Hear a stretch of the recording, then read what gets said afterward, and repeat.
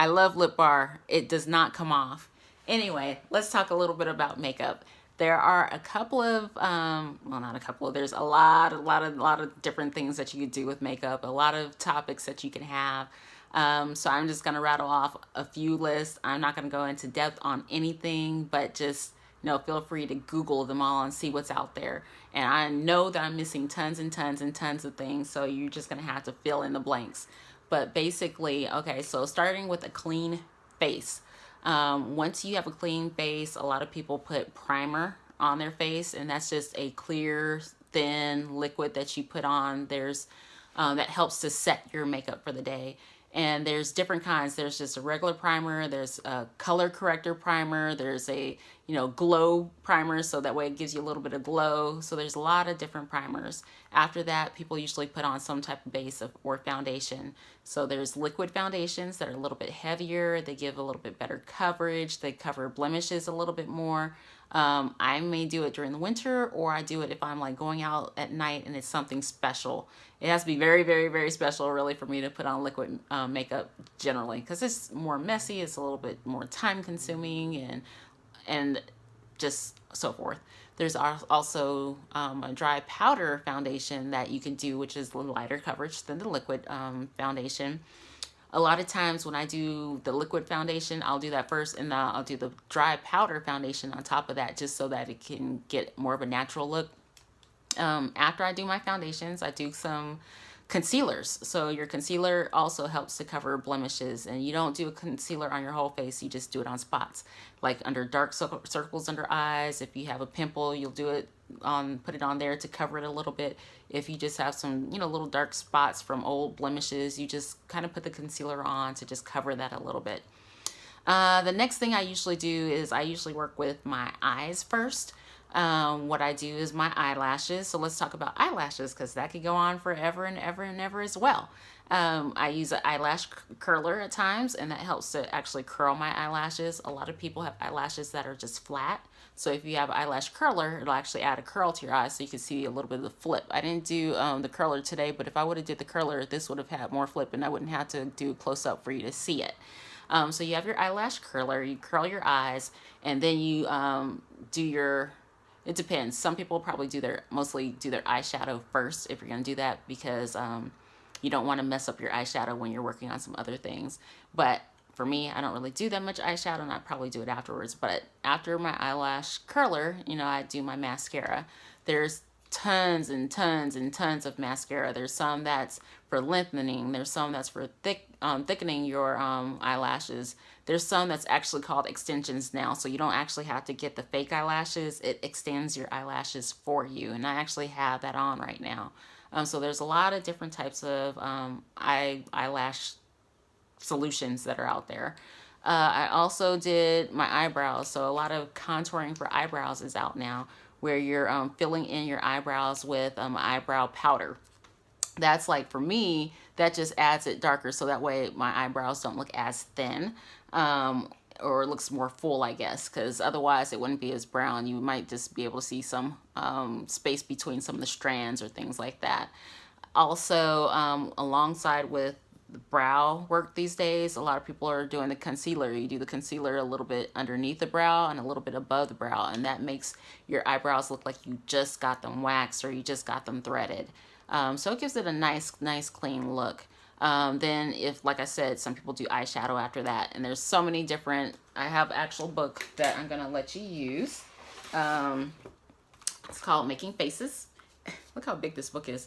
But it has so many different types of looks, and so you basically find a look that you like and see what it's called, and you draw it, and it tells you what kind of mascara, what color, what kind of lipstick. It can show you the entire face, but the main thing that I use it is for really the eyes, because I just wanted to see what kind of different smoky eye looks they have. Like, look at some of this stuff. So it's really good. There's so many different looks that people have.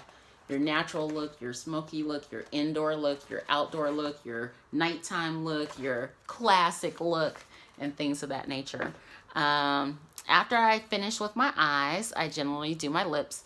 You usually want to do a lip liner and a lipstick. So there's many different types of lipsticks. There's lipsticks that are in your old tube that you spin up. Then there's your matte lipsticks, which is what I have on right now. And then there's your lip glosses. Some people don't necessarily like the lip matte. I like it because, like I said, it does not come off, and this literally will stay on all day. And that's one thing that people probably don't know about this, but I can drink, I can eat. I literally, the other day, I was washing my lips off with soap and it did not come off. It comes off with oil. So I'll use some coconut oil and it comes off clean after I use quite a bit of coconut oil. So you have your lip glosses, your lip mattes, and your lipsticks.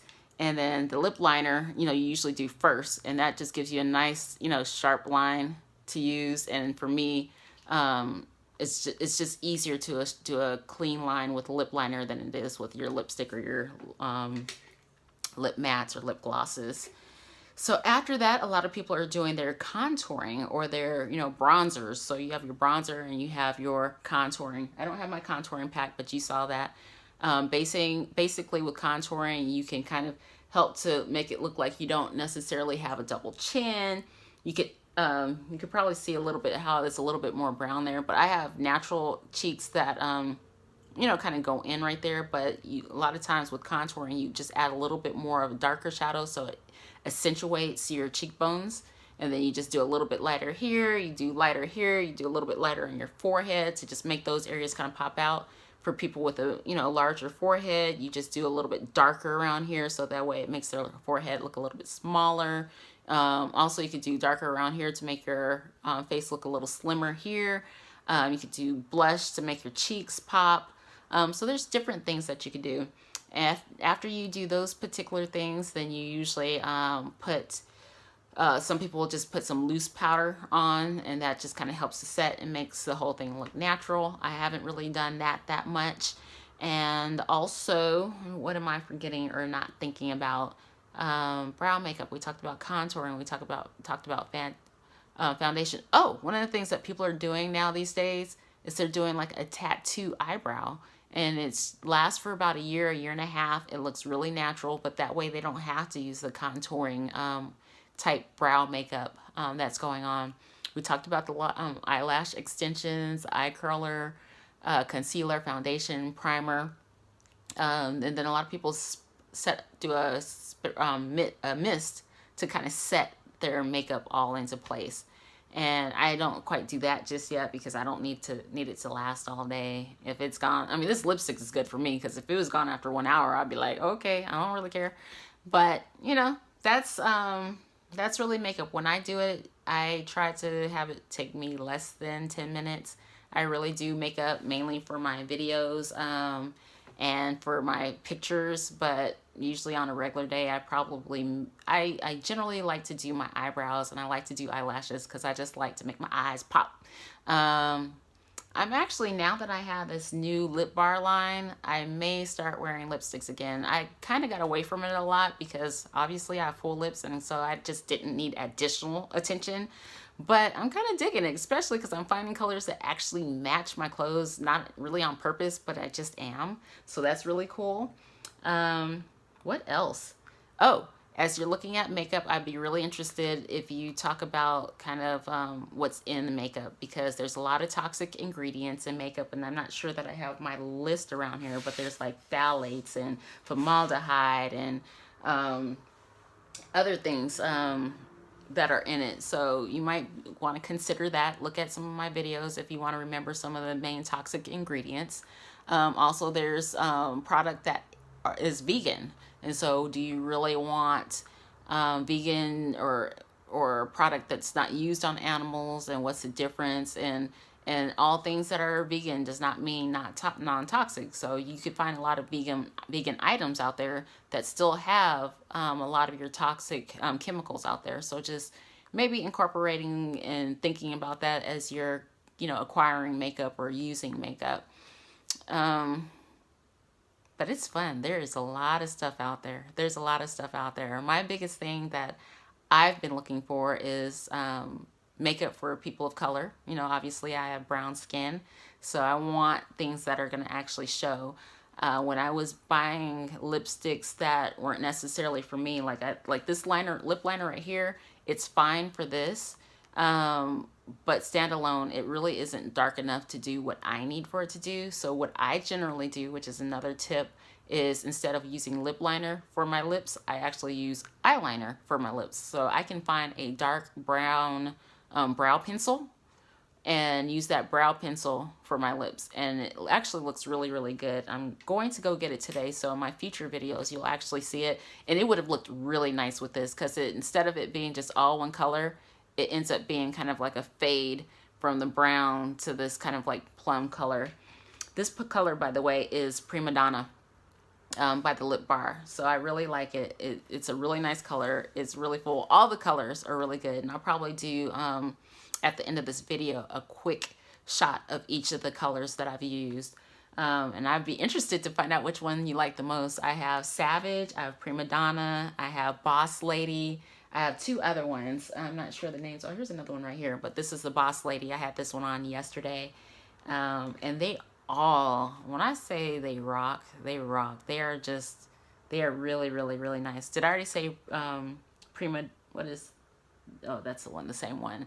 But yeah, they're all very nice. Anyway, I am not going to take up more of your time. This is Sharon with Raw and Awesome. Stay healthy, stay beautiful, love yourself inside and out. You know, do what makes you feel good, whether that's, you know, rocking natural or rocking makeup or wearing big, big earrings. These are actually handmade by a person that I met at a vegan social a couple of weeks ago. But do you know what I'm saying? Do you, enjoy you, love you inside and out. I love you, and I will talk to you soon. Laters.